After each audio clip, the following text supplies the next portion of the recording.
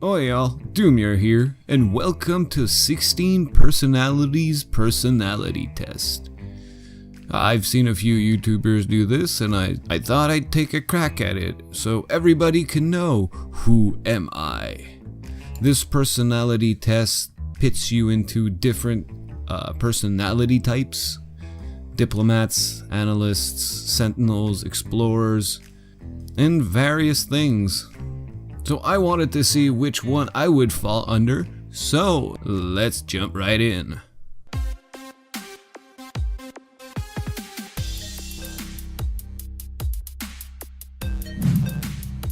Okay, so takes less than 12 minutes. Answer honestly if you don't like the answer, and try not to leave any neutral answers. Okay, try not to leave any neutral answers, so I'll go always to the max, so I'll agree fully or disagree fully, no matter what. Just so I will not leave anything neutral. Alright, first question. You find it difficult to introduce yourself to other people? Yes, I do. I'm usually not the one to introduce myself. You often get so lost in thought that you ignore or forget your surroundings. Yes, I am prone to daydreaming a lot, it seems, as people tell me. You try to respond to your emails as soon as possible and cannot stand a messy inbox. No, I cannot stand a messy inbox. My inbox is clean and red. You find it easy to stay relaxed and focused even when there is some pressure. Yeah. I believe I can stay relaxed and focused under pressure. With the workplace I'm at currently, yeah, we need to be relaxed and focused under pressure at all times. You do not usually initiate conversation. Yeah, I'm usually the one talked to, not talking to someone. You rarely do something just out of sheer curiosity. Oh, this one is tough. I am curious, but I don't just do random things just out of curiosity, so no, I rarely do stuff for sheer curiosity. You feel superior to other people. No, I don't. Next question. Being organized is more important than being adaptable. Well, if you're highly organized, you don't really need to be adaptable because you're already organized enough to know about everything. I guess that makes sense to me. You are usually highly motivated and energetic. Hell no, I'm the slow energy builder in the back that has not fucking energetic at all but can just keep on going. Winning a debate matters less to you than making sure nobody gets upset. Well, winning the debate is always more important because sometimes some people would get upset for random stupid shit. So no, I disagree. Winning is more important in this situation. You often feel as if you have to justify yourself to other people. Nope. I never justify myself. I do what I want when I want to do it. Except with my wife. But that's not other people. That's my wife. Gotta make that clear.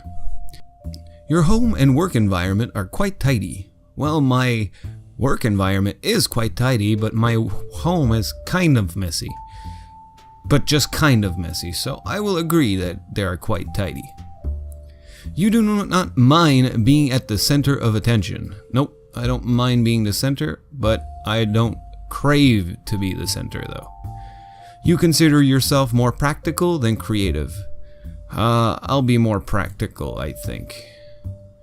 People can rarely upset you. No, people can upset me very fast by being stupid. Just an inkling of stupidity will send me into a anger fit. But that's just me. Your travel plans are usually well thought out. Yes, gotta have a plan when you're going out of state or out of, well, anywhere, actually. If you have a good setup plan, you're always ready. It is often difficult for you to relate to other people's feelings. Yes. Other people's feelings are kind of weird for me. Like they get angry for different things that I would not get angry for. Or get sad for different things that I would not get sad for. So yeah, I do find it difficult to relate to other people's feelings. feelings. Your mood can change very quickly, depending on the situation. Sometimes, if you're being stupid, my mood can change very quickly to anger. But usually I can keep my mood in check quite frequently. So I will disagree that my mood changes. Because other than stupid people, I stay the same. In a discussion, truth should be more important than people's sensitivities. Hell yeah, truth is always better. You rarely worry about how your actions affect people. Agree. Again, I do what I do with a purpose. Or at least, I do warn people. If my actions affect other people, it's because they weren't paying attention. Your work style is closer to random energy spikes than to a methodical, organized approach. No, mine is a methodical, organized approach. I have no energy spikes whatsoever. I'm just slow and methodical. You are often envious of others. Hell yeah, because usually others have cool shit that I don't have. But, I would have put just one, but I agreed to either full agree or full disagree, so I am envious of others. Interesting books or a video game is often better than a social event. Hell yeah. Interesting books and video games are always better than talking to people. Being able to develop a plan and stick to it is the most important part of a project. Yes, because if you don't stick to the plan, it goes to ruin and the project gets scrapped. You rarely get carried away by fantasies and ideas. No, I'm constantly in my little fantasy land, trying to think up of new shit and new ideas. You often find yourself lost in thought when you're walking in nature. As said above, I go into my fantasy land yet again, which is quite easy for me. If somebody does not respond to your email quickly, you start worrying if you said something wrong. Yes, even though I do know that some people take a long time to look at their emails and answer back, it just stresses me out knowing that, oh my god, did I say something wrong? I'm like that. As a parent, you would rather see your child grow up kind than smart. Yes, because smarts is important, but being kind is the most important. Because you could have all the smarts in the world and be just goddamn dick. And I don't want that for my kid. I would like a kind person. You do not let other people influence your actions. Ooh, this was a tough one. I will say yes, because a lot of the times people will do something or not do something and I will be forced to do it for them, specifically at work. So yeah, I guess I do let people's influence my actions. Your dreams tend to focus on the real world and its events. No, not at all. My dreams tend to focus on me being a gargoyle, it seems. I know it's weird, but hey, to each his own. It does not take you much time to start getting involved into social activities at your workplace. I've been at my workplace right now for 6 years and I've never been to a social activity. You are more of a natural improviser than a careful planner. No, I'm a careful planner. Gotta make sure that plan is good. Your emotions control you more than you control them. No, actually, my emotions when I am angry control me completely. So I will say yes, they do control me. You enjoy going to social events that involve dress-ups or role-play activities. I have never been to a social event that involves dress-up or role-play activities, so this is the only one I will put in the middle, because I don't know if I would enjoy going to an event. You often spend time exploring unrealistic and impractical yet intriguing ideas. Yes. Fantasy ideas, weird things, quantum physics, all of those fascinate me. You would rather improvise than spend time coming up with a detailed plan. No, again, I'd rather have a detailed plan knowing exactly where I'm going next than trying to improvise as I'm going. You are a relatively reserved and quiet person. Yes, I'm usually a quiet person, until provoked. If you had a business, you would find it very difficult to fire loyal but underperforming employees. Yes, because loyalty is very hard to find, so I would rather have an employee that's a bit underperforming but loyal to me than some douchebag that actually works well. You often contemplate the reason for human existence every single day, 'cause I still don't get why we are here. Logic is usually more important than heart when it comes to making important decisions. Yes, logic is usually more important, because sometimes feelings will get hurt from time to time, and logic must win over that, because snowflakes are everywhere, and they do not see the logic. Keeping your options open is more important than having a to-do list. No, I like my to-do list. If your friend is sad about something, you are more likely to offer emotional support than suggest ways to deal with the problem. Nope, I'm a fixer. I usually am the one that people come to and cry onto their shoulders, and then I'm the one that usually fixes their problems. So I disagree on that. You rarely feel insecure. No, I feel insecure all the time, because I don't know. I think of myself as an underperforming person, even though other people will tell me that I do perform well. But hey, that's a characteristics. You have no difficulty coming up with a personal timetable and sticking to it. When I do come up with a timetable, I do stick to it. It's just not often I do put a timetable up. Being right is more important than being cooperative when it comes to teamwork.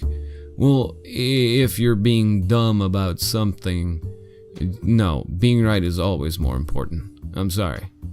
You think that everyone's view should be respected regardless of whether they are supported by facts or not. No, bring my facts, then I'll support your theory. You feel more energetic after spending time with a group. Yes, I feed off of people. I'm not a battery, I suck the energy out of people. You frequently misplace your things. Yes, I do. Always, constantly losing my keys. You see yourself as very emotionally stable. Yes, I am. I'm usually calm and collected. Your mind is always buzzing with unexplored ideas and plans. Yes, that's the dreamer part. You would not call yourself a dreamer. I just said it, I'm a dreamer. You usually find it difficult to relax when talking in front of many people.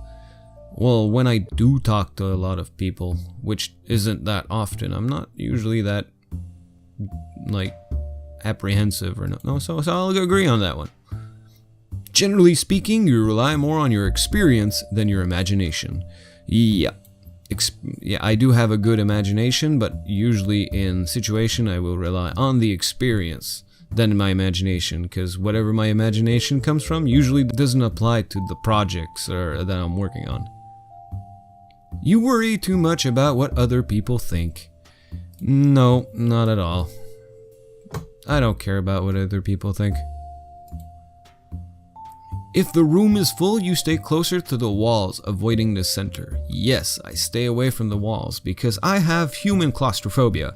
Yeah, so I stay away from everybody, just to make sure that I get my own little zone.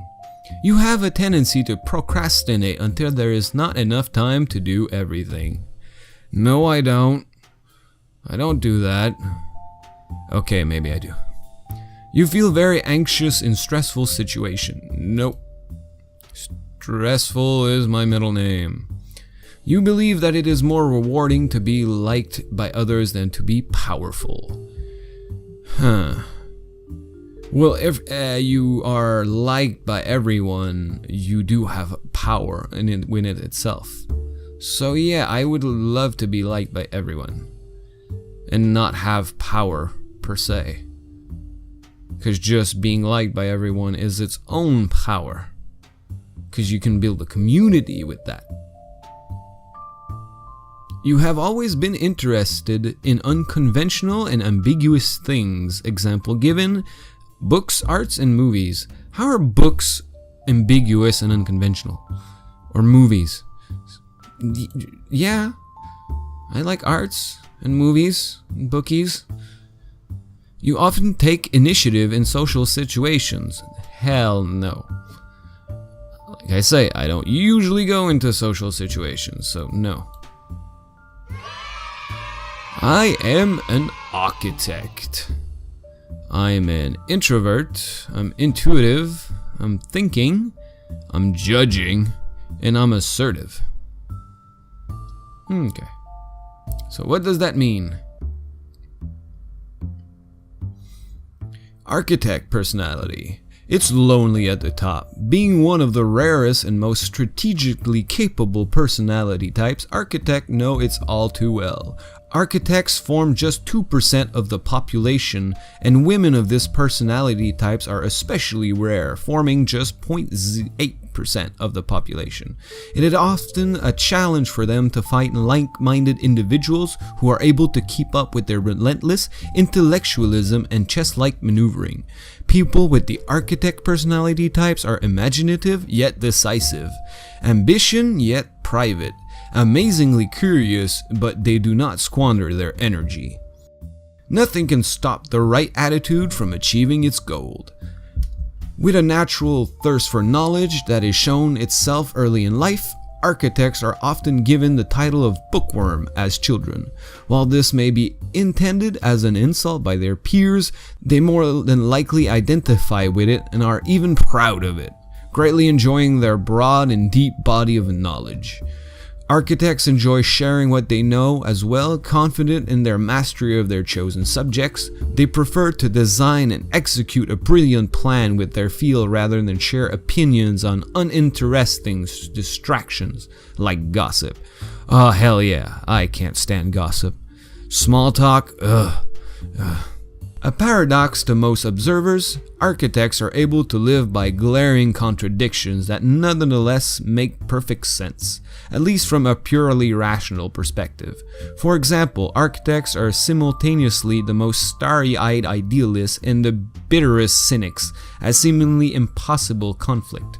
But this is because architects' personalities tend to believe that with effort, intelligence, and consideration, nothing is impossible, while at the same time they believe that people are too damn lazy, short-sighted, and self-serving to actually achieve those fantastic results. Yet that cynical view of reality is unlikely to stop an interested architect from achieving a result that they believe to be relevant.